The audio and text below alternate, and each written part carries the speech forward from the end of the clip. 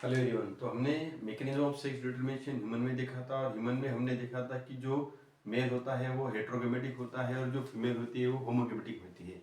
इसलिए हमने देखा कि जो मेल होता है उसके जो स्पर्म है 50% एक्स क्रोमोसोम कंटेनिंग है और 50% वाई क्रोमोसोम। तो जो मेल के स्पर्म है वो डिसाइड करते हैं जो ऑफस्प्रिंग्स होगा वो बॉयज होंगे या फिर गर्ल्स होंगी। बट हम बर्ड्स में देखते हैं टोटली अपोजिट है। ह्यूमन में एक्स एक्स एक्स वाई जो मैकेनिज्म है वो दिखाई देता है, लेकिन बर्ड्स में हम देखते हैं कि जो मेल होता है यानी कि फादर होता है वो होमोगेमेटिक होता है, यानी कि जो स्पर्म बनाएगा वो equally Z Z chromosome containing जो है स्पर्म बनेंगे। तो हम देखते हैं जो फीमेल होती है, जो फीमेल है वो हेट्रोगोमेटिक होती है। हेट्रोगोमेटिक का मतलब क्या है कि जो एग बनाएंगी 50% एग होंगे जेड क्रोमोसोम कंटेनिंग, 50% क्रोमोसोम होंगे डब्ल्यू कंटेनिंग दैट क्रोमोसोम। तो हम देखते हैं यहाँ पे जो एग है, which type of the egg going to fuse with the sperm, कौन सा एग जो है वो स्पर्म के साथ फ्यूज होने वाला है, उससे डिसाइड होगा कि वो जो मेल है या फीमेल है।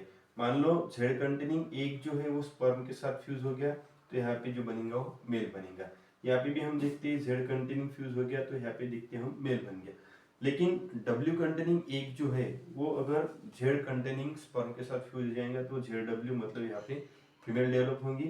सिमिलरली हम देखते हैं कि ये जो डब्ल्यू कंटेनिंग एग है वो जेड कंटेनिंग स्पर्म के साथ फ्यूज होता है तो यहाँ पे हम देखते हैं कि जो फीमेल बनती है। इसका मतलब क्या है कि 50% एग होते हैं जो जेड क्रोमोसोम कंटेन करते हैं और 50% एग होते हैं जो डब्ल्यू क्रोमोसोम कंटेन करते हैं।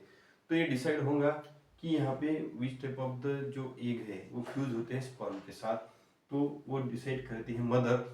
इसलिए हम देखते हैं कि जो बर्ड होता है तो बर्ड में मदर डिसाइड करती है कि जो ऑफस्प्रिंग्स होगा वो मेल होंगे या फीमेल होगा। लेकिन in case of the human जो फादर होते हैं वो डिसाइड करते हैं कि जो ऑफस्प्रिंग्स है वो मेल होंगे या फीमेल होंगे।